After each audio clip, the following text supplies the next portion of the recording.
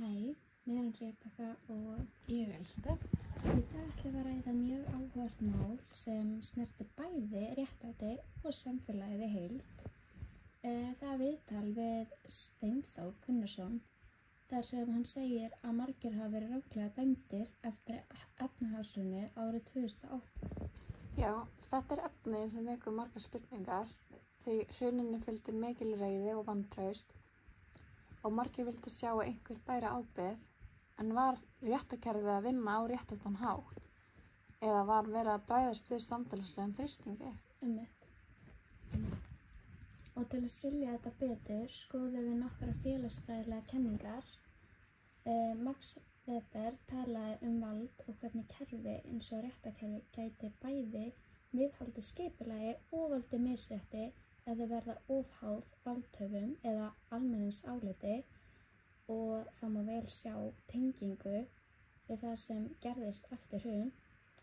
Fólk vildi réttlæti en stundum getur réttlæti orðið valdatæki.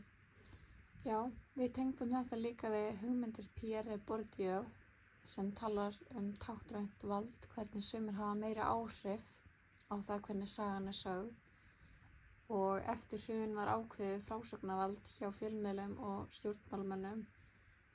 Þeir sem mótuðu myndina af sökudólgum og þolendum, það gæti hafa haft áhrif á hvernig dómstólar og almenningur skynja málin. Og þannig að þó dómar hafi verið byggðir á lögum, þá spyr maður sig hvort þeir hafi líka verið mótaðir af almenningsálitinu.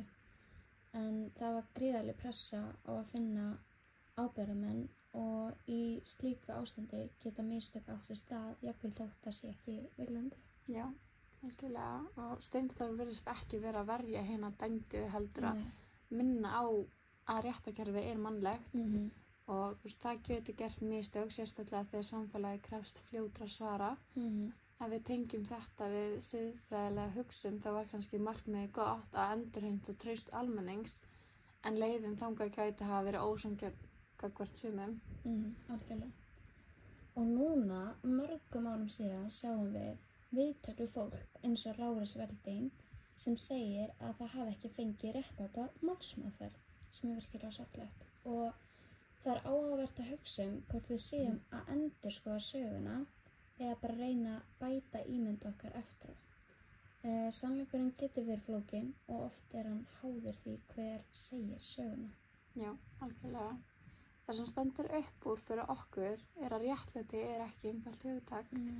Það fer eftir sjónarhorni, tíma og aðstæðum, og eftir hrun var þörf á að finna réttlæti, en núna sjáum við að það gæti hafa kostað ákveðinn hóp mikið. Og við erum sammála því að það er mikilvægt að skoða þessi mál aftur. Og ekki til að afsaka neitt, heldur til að læra af reynslunni. Og réttlæti verður aldrei fullkomið ef við hættum að efast, spyrja og endurskoða. Já, nákvæmlega. Og spurningarnir okkar í lokin eru: já, getur samfélagsleg pressa haft áhrif á dómsniðurstöðunar? Og erum við kannski alltaf að skrifa söguna þannig að hún henti þeim sem hafa mest vald? Og það er spurning sem við skiljum eftir fyrir ykkur að hugsa um. Já. Ég segi bara takk fyrir. Já, takk fyrir okkur. Já.